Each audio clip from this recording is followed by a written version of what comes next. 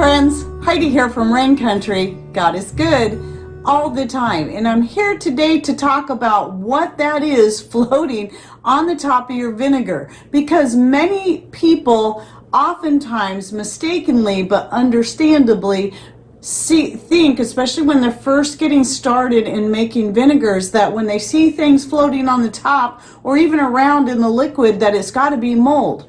Well, chances are highly unlikely it's not, unless you're not stirring on a daily basis, especially in that first 2 weeks. Because what will happen when you first get your vinegar started is that it will be bubbly and it will be pushing up the material, whether it be peels or herbs or whatever it is, the chunks of fruit up over the liquid top. So it's that action that keeps it up there. And if you don't at least push it down every day or stir it, it will eventually, if it just stays up there, the fruit on the very top that's above the liquid level will get mold.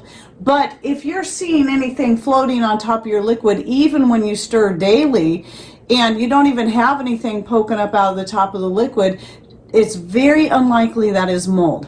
And especially in the last 2 weeks or after your vinegar is done, you're not going to develop mold on there unless something else, and I will explain that later in the video. But let's talk first about the 3 most common things that you'll see floating on top of your vinegar. So right here I have 2 vinegars that are in the process of brewing. This one's a little bit older than this one. This one is still pretty bubbly. This one's pretty close to being done. It's no longer bubbly. I do not have to stir it every day.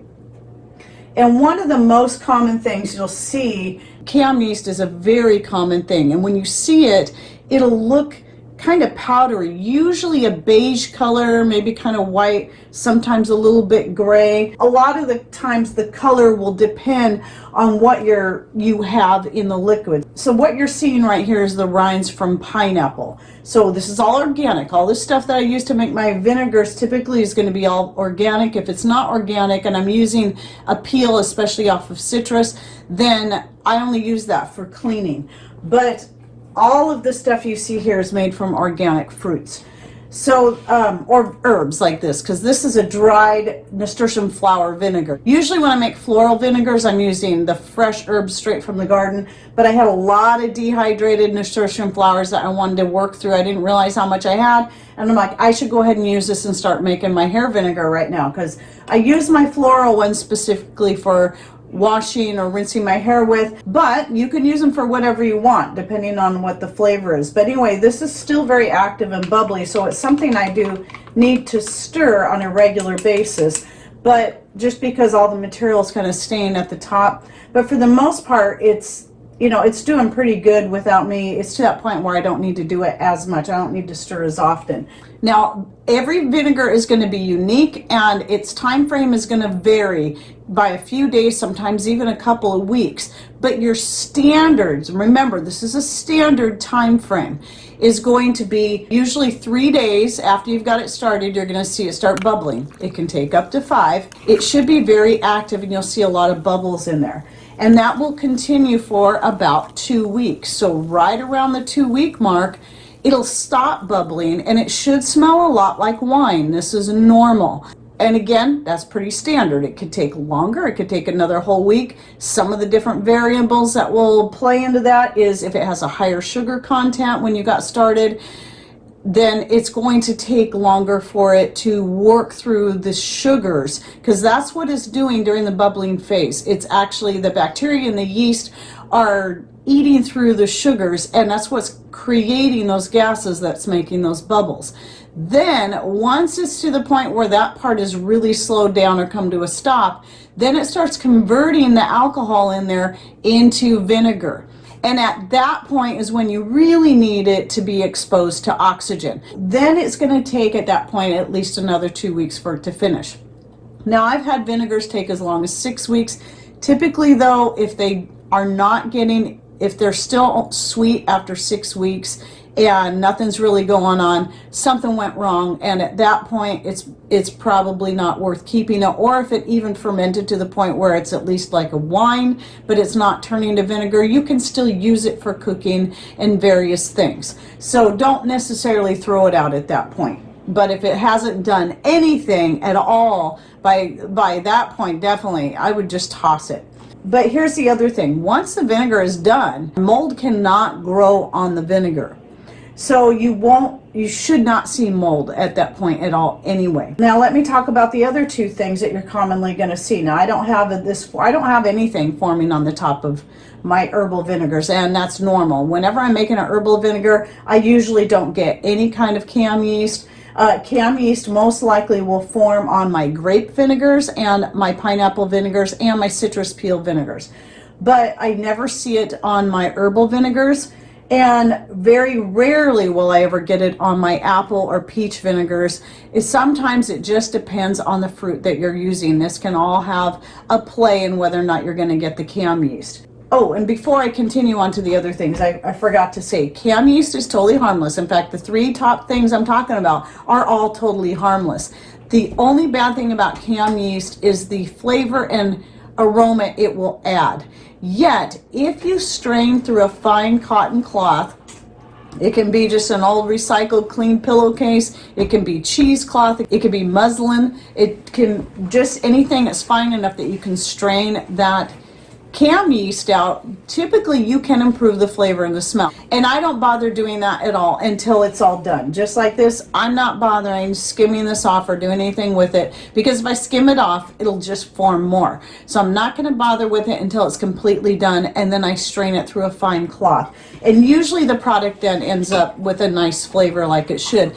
But if you still can't get that cam yeast flavor out of there and you're not liking it, then you can simply use it for other things. You don't have to use it in cooking and medicine and so on. What you can then do with that is either turn it into a cleaning vinegar, or you can use it for the vinegar that you will add to the water for your farm animals, your chickens, goats, and so on, your dogs, cats, and whatever that you have, because that will still be very good for them. Again, it's very harmless. It's just not the most pleasant flavor. Okay, then the other most common thing you're going to see, and this is something I'm most likely to see form on my apple and peach vinegars, and that is a Scoby. Most of the time your Scoby is going to start forming at the top of your vinegar, and this can be anywhere in the process that it starts to form.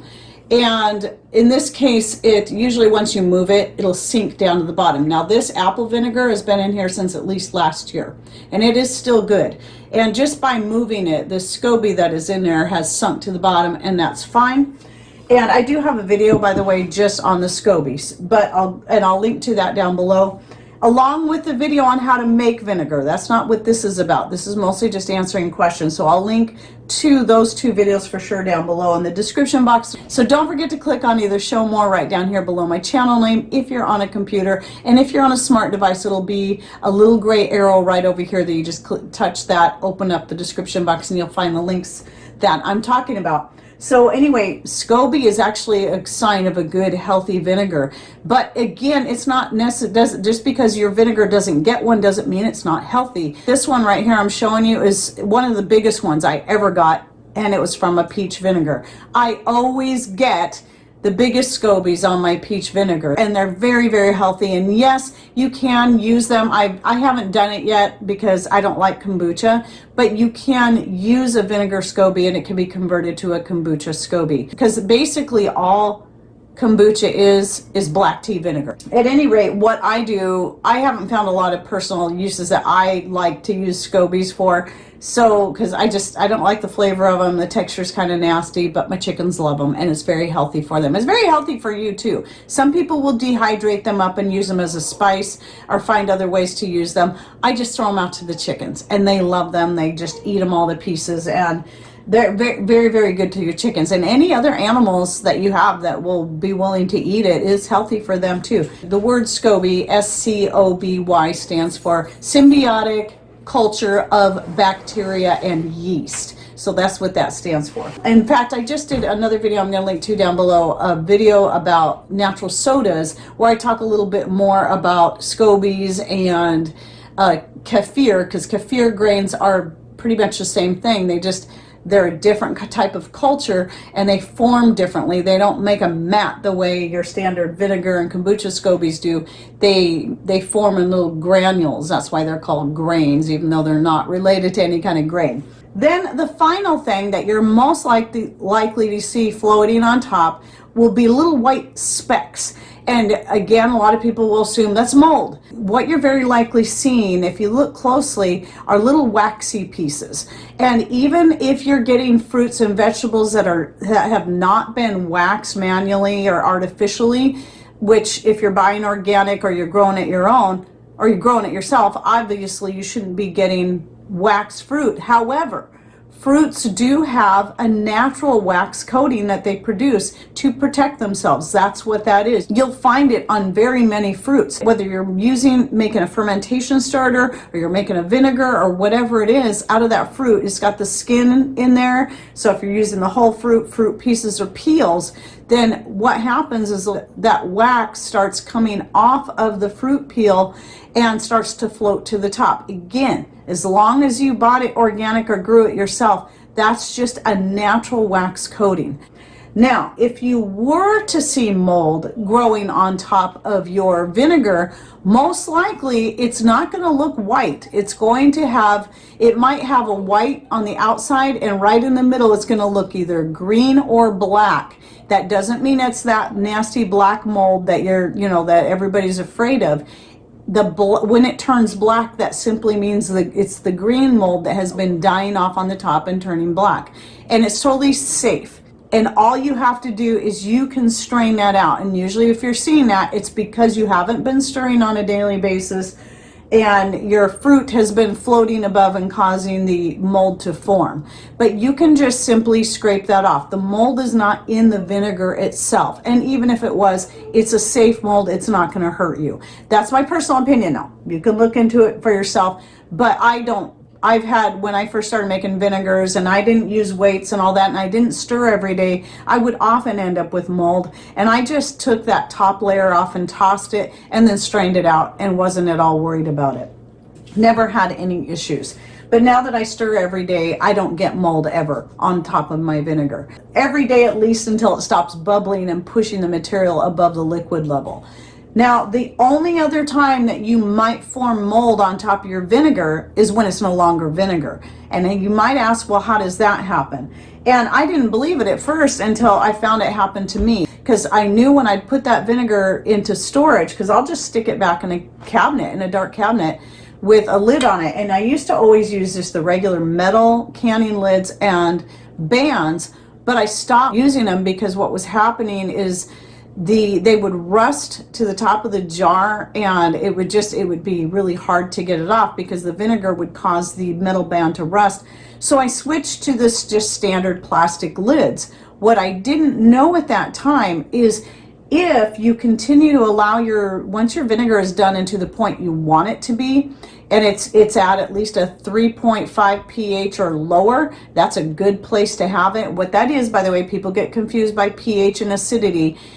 A pH reading and an acidity reading are read different ways. So when you're looking at a pH, so you're using pH strips, you're looking at the number. It's not a percentage, it's a number that represents a pH. So a pH of 3.5 is equivalent to a 5% acidity. That's why there's the two different numbers that confuse people. So, and that's where you want it if you're going to use it for canning and cleaning and cheese making. If the pH is higher than that, which means it's going to have a lower acidity, like a 3 to 4% acidity, you can still use it for other things like making salad dressings. And usually at that point, especially if you're making it out of a pineapple or some kind of, or even a garlic oregano vinegar, if it has that lower acidity, it makes a great salad dressing. Just mix it with some oil and some whatever herbs and spices you want and use it for salad dressing. It's totally great. It's totally cool to use it that way. So it doesn't always have to be a very 5% acidity or 3.5 pH.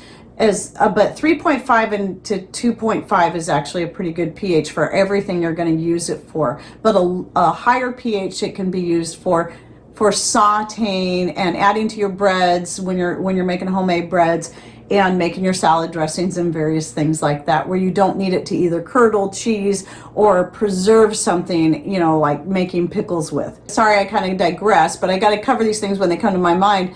But what will happen then, and what happened to me, is if your vinegar, once you get it to that point and you store it in a way, you store it away in something that is not airtight, such as the standard plastic lid with no silicone ring inside it, then what's happening is you're still getting oxygen exposure into the jar. And what vinegar will do, vinegar that has not been distilled, that is it'll just keep, because it's still kind of alive in there. So what it then does is then it eats through the vinegar until you're taken back to just water. And so then what will happen is any material, as you see, you always have some kind of sediments in your vinegar, then it will mold and you'll end up with a moldy layer, because that happened to me with some of my apple vinegar that was perfect when I put it away with these plastic lids. And then when I went to pull them out, I thought it was the apple peels I used, like there was something wrong with them.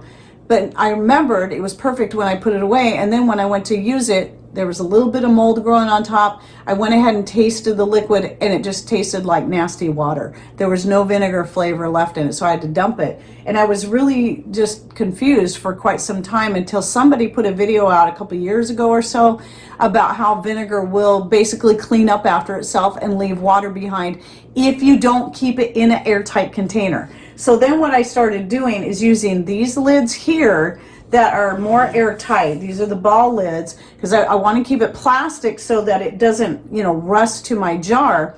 You could also, by the way, use Fido jars, or you can use bottles. I do store some of my vinegar in the swing top bottles. However, your vinegar can explode, so you got to make sure you got good heavy duty mason jars, or a good brand of the swing top bottles. I've never had any of my bottles explode, but I know some people who will buy swing top bottles and they'll just may not even realize it. They're just getting a cheap brand that's most likely made in China, and it's a thinner glass. All the bottles I have are the Bormioli Rocco. They're the same ones that make the Fido jars.